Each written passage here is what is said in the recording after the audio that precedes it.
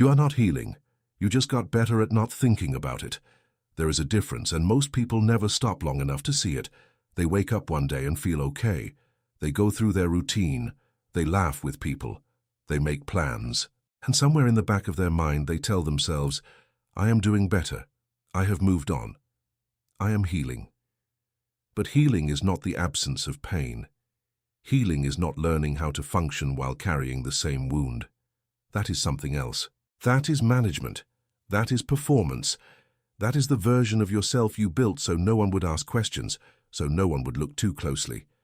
So you would not have to look too closely either. You became very good at it. The routine became a wall. The busyness became armor. The discipline, the goals, the new version of yourself. All of it built carefully, unconsciously, to make sure you never had to sit in silence long enough to feel what is still there. And it works. For a while, it always works. You feel productive. You feel in control. People around you think you are okay. Some of them even admire how you handled things, how strong you were, how you kept moving, and you start to believe it too, because the mind is very convincing when it wants to protect you. But then something small happens. A song, a place, a certain kind of silence late at night, a moment when no one is watching and nothing needs to be done. And it is there. Exactly where you left it. Not smaller, not softer, still the same weight, still the same temperature. And in that moment, you do not feel healed. You feel like someone who has been holding their breath for a very long time. This is what no one tells you about the version of yourself you built after the pain. It is not a healed version. It is a managed version. A version that knows which thoughts to avoid, which memories to stay away from, which conversations to shut down before they go too deep. You did not heal the wound. You learned the exact distance to keep from it so it would not hurt as much. And you called that distance peace. You called that distance growth. You called that distance healing. But peace that depends on avoidance is not peace. It is a very organized kind of fear. Think about the things you do not let yourself think about, the conversations you will never have, the truths you will not sit with, the feelings you redirect before they can fully form. You are fast at it now, so fast that sometimes you do not even notice you are doing it. A thought begins to rise, and before it can fully arrive, you are already reaching for your phone. Already filling the silence with something, already moving to the next task. That speed is not strength, that speed is practice. You have been practicing avoidance so long, it feels like stability. There is a version of you that is exhausted, not from the life you are living, from the effort it takes to keep certain doors closed, from the energy it costs to be the person who is fine, who is over it, who has grown. You spend so much quietly making sure those doors stay shut that you have very little left for anything real. And you wonder why intimacy feels distant, why peace never fully arrives, why you can be surrounded by people and still feel a particular kind of alone. It is not your circumstances. It is the weight of everything you are not allowing yourself to feel. Real healing does not look like control. Real healing does not look like a perfect routine that keeps the wrong feelings away. Real healing is when the song plays and it does not collapse you, not because you stopped listening, but because something inside actually shifted. Real healing is when the memory arrives and you can hold it without drowning, not because you trained yourself to look away, but because you actually went through something. Real healing changes what is underneath. What you are doing is changing what is visible. And the world rewards visible change. People compliment the surface. They say you look good. They say you seem different. They mean it, and you accept it. Because it is easier than explaining that underneath everything, you are still the same person who got hurt. Still carrying the same questions. Still waiting for something you cannot name. You are not broken for this. This is what almost everyone does. The mind protects itself. That is its job. When something is too heavy to process, the mind finds ways around it. It reroutes, it reframes, it builds new habits and new identities and new stories that keep you functional, while the original wound stays untouched. This is not weakness, this is human, but it is also a trap, because the longer you mistake management for healing, the harder it becomes to go back and do the actual work. The wall gets higher, the performance gets more convincing. And eventually you forget there ever was a wall. You just think this is who you are now. You just think this is what life feels like. You just think this level of quiet, managed, low-grade disconnection is called being okay. But you are reading this for a reason. Something in you already knew. Something in you has known for a while. That the peace you built is fragile. That it requires maintenance. That without the routine, without the noise, without the movement, something surfaces. That is not healed. That is held. And there is a difference. A healed thing does not need to be held down. A healed thing does not need constant management. A healed thing simply is. What you are managing is not healed. It is just quiet. And quiet is not the same as gone. The question is not whether you are strong enough to keep managing it. You clearly are. You have been doing it. The question is what it is costing you. What version of yourself never gets to fully arrive because too much of your energy is spent keeping something else contained? What relationships stay shallow because real depth would require you to be seen in a way you are not ready for? What moments of joy get filtered because somewhere below the surface something is still waiting to be felt? You are functioning. No one is questioning you. You might not even be questioning yourself most of the time, but functioning is not the goal. Functioning was just the emergency measure. And somewhere along the way, the emergency became the permanent state, and you forgot you were only supposed to be surviving until you could actually heal. Here is what hiding looks like when it is sophisticated. It does not look like denial. It does not look like someone who refuses to acknowledge their pain. It looks like someone who talks about their pain very well, someone who has the vocabulary, who has read the books, who knows the terminology, who can explain their trauma with clarity and distance as if they are describing something that happened to someone else. That distance feels like progress. It is not always progress. Sometimes that distance is just a more intellectual form of avoidance. You learned how to narrate your wounds without entering them. You can tell the story. You can explain what happened. You can even sound wise about it. But wisdom about pain is not the same as freedom from it. You can understand something completely and still be controlled by it completely. The understanding just makes the control less visible to others and to yourself. This is the most sophisticated trap because it feels like healing. It looks like healing. You are self-aware. You are reflective. You do the inner work, at least the version of inner work that stays at a safe distance from what actually needs to be felt. You journal. You meditate. You listen to content like this. And all of it becomes another layer of the same wall. Another way of engaging with the idea of healing without actually surrendering to the process of it. Because real healing requires something most people are not prepared for. It requires you to stop being the observer of your pain and actually become present to it, not to analyze it, not to reframe it, not to extract a lesson from it before it has fully moved through you, just to be with it. And that is the part that almost no one is willing to do. Because being with it means losing control of it. It means not knowing how long it will last.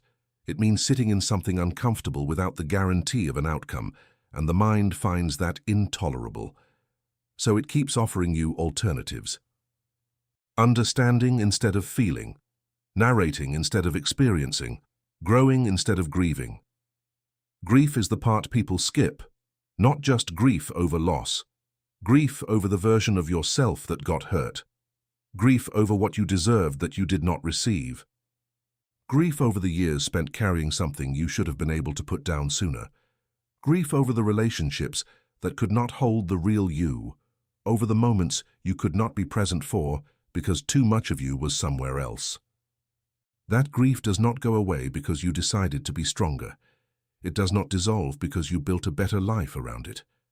It waits, patiently, in the body, in the tightness in your chest, in the way you flinch at certain kinds of closeness, in the way you prefer to keep things light, when something in you is desperate to go deep. The body remembers what the mind tries to organize away. You can convince your thoughts that you are fine.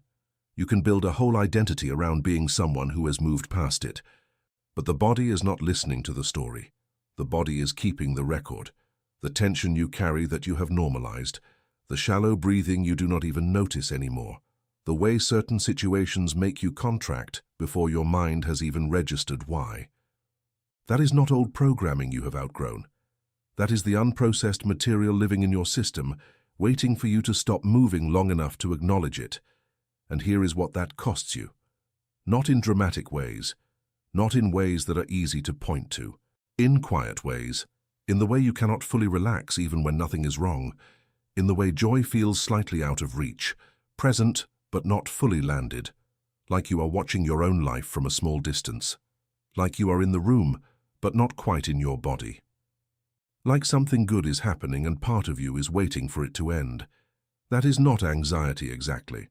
That is the result of living in a system that is still on guard, still protecting you from something that already happened, still braced. You are braced. That is the most accurate word for it. You have been braced for so long that the bracing feels like your natural posture. You do not notice you are doing it. You just know that full openness feels dangerous, that full presence feels vulnerable, that letting something matter completely carries a risk you are not sure you can afford. So you stay slightly behind the glass, engaged enough to function, withdrawn enough to feel safe. And you call that wisdom. You call that not giving too much of yourself. You call it knowing better. But it is not wisdom. It is the protective layer that never got the message that the threat is over. The threat is over. Whatever happened, happened. It is in the past, not in your present unless you are carrying it there, and you are carrying it, not consciously, not because you want to, because no one taught you how to put it down, because putting it down requires feeling the full weight of it first, and you went straight from the wound to the coping without passing through the feeling. That is what most people do, because the feeling is where it gets hard. The feeling is where control disappears, and you have become someone who is very good at maintaining control. Control is the signature of unhealed pain. Think about that. The need to manage your environment so that certain feelings do not arise. The need to manage your relationships so that certain depths are never reached. The need to manage your inner world so that certain thoughts never complete themselves. That is not a healed person living freely. That is a person who has become an expert at avoiding the one thing that would actually set them free. What would it mean to stop controlling it? Not to collapse, not to fall apart, but to simply stop spending energy keeping it contained. To let the thought finish, to let the feeling arrive, to sit with the grief, the anger, the sadness, the confusion, without immediately reaching for a way out of it. Most people have never tried this, not really, because the moment it begins to rise, the system activates. Distraction, rationalization, reframing, spiritual bypassing, turning the pain into a lesson before the pain has been fully felt, and the cycle continues. You are not a person who cannot heal. You are a person who has not yet been willing to feel what healing actually requires you to feel. That is different. That is not a judgment. That is an observation. Because the capacity is there. It has always been there. The avoidance is not evidence of weakness. It is evidence of how much the original hurt actually mattered. You only build walls around things that are precious. You only hide things that have weight. The fact that you built such an elaborate system of protection tells you something about the significance of what is underneath. And the fact that the system is still running tells you that some part of you believes you still need it. You do not need it anymore. That is what this is really about, not the pain, not even the healing, the permission. The permission to stop performing okay, the permission to not have it together, the permission to feel what has been waiting to be felt, without the fear that feeling it will destroy you. It will not destroy you. You are not as fragile as the protection suggests. The protection was built by a version of you that did not yet know how strong you actually are. That version did the best it could. It got you here, and it deserves to be recognized for that. But it also needs to be told that its job is finished, that you do not need the wall anymore, that you can afford to feel now, that on the other side of actually feeling this is not destruction, is not collapse, is not the end of you. On the other side of actually feeling this is the first real breath you have taken, in longer than you can remember. So what does actual healing look like? Not the version that gets performed, not the version that gets posted, not the version that other people witness and validate. The real version, the one that happens quietly, the one that does not announce itself, the one that does not need to. Real healing is not a moment. It is not a breakthrough conversation. It is not a single session where everything clicks. It is not the day you finally cried about it. It is not the journal entry where you wrote the truth for the first time. Those things matter, but they are not the destination. They are the beginning of willingness. And willingness is where healing actually starts. Willingness to stop pretending the wound is not there. Willingness to stop measuring your progress by how little you feel. Willingness to sit with discomfort without immediately converting it into something more manageable. Willingness to be in process, not arrived, not finished, not the healed version you have been performing, just honestly, quietly, in process. That shift alone changes everything. Because the moment you stop pretending you are already there, you create space to actually move. The performance of healing is exhausting. You know this. The constant maintenance of the image, the careful management of what you show, the energy it takes. To be the person who is okay when something inside is still asking to be heard. And imagine what becomes available to you when you stop spending that energy on the performance, when the effort that was going into containment starts going into actual living. That is not a small thing. That is the difference between a life that feels heavy and a life that finally has room to breathe. But to get there, you have to be willing to be seen, first by yourself. That is the hardest part, not by a therapist, not by someone you trust, by yourself. In the quiet. In the moments when no one is watching and there is nothing to maintain. You have to be willing to look at what is actually there without the story you built around it. Without the reframe, without the lesson, without the silver lining you found to make it bearable, just the thing itself, just the truth of what happened and how it actually made you feel and how some part of you is still feeling it. That kind of honesty is rare. Most people never reach it, not because they are incapable, because they are afraid of what they will find. They are afraid that if they fully acknowledge the weight of it, they will not be able to function. They are afraid that the grief will be too large, that the anger will be too consuming, that the sadness will not have a bottom. But that is the fear speaking. That is the same protection system telling you to stay away. And by now you know what that system actually is. It is not wisdom. It is the habit of a person who once needed to survive something and never got the update that surviving is no longer the goal. Living is the goal, fully. Not managed living. Not contained living. Not the kind of living where you are always slightly behind the glass watching your own experience from a safe distance. Actual living, where things land, where joy is not filtered, where connection is not kept at a careful depth, where you are not performing okay but actually, quietly, genuinely okay. That kind of okay does not require maintenance. It does not collapse when the routine breaks. It does not disappear when a song plays. It is not a structure you built around the pain. It is what remains when the pain has actually moved through you, and the pain can move through you. That is the thing you may not fully believe yet. It feels permanent because you have been carrying it so long. It feels like identity because you built so much around it. But it is not permanent. It is not identity. It is unprocessed experience. And unprocessed experience can be processed, not erased, not forgotten, but moved through, integrated, made into something you carry differently, not as a wound that must be protected, as a part of your story that no longer controls the present. That is what integration means. It does not mean the thing did not happen. It does not mean it did not matter.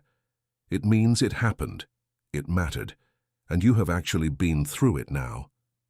Not around it, not above it, through it.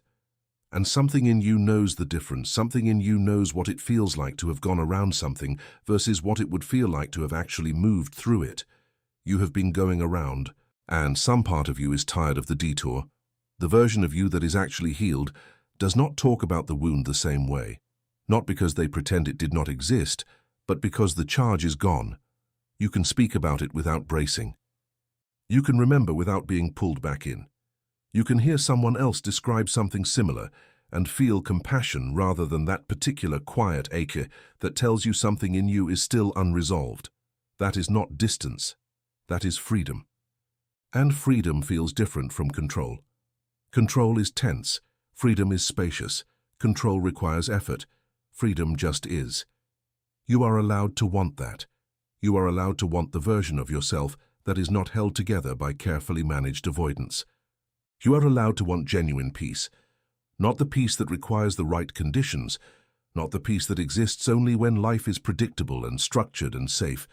The peace that comes from having actually met yourself, having sat with the hardest parts of your own experience and discovered that you did not collapse, that you were never going to collapse, that the thing you were so afraid to feel was survivable.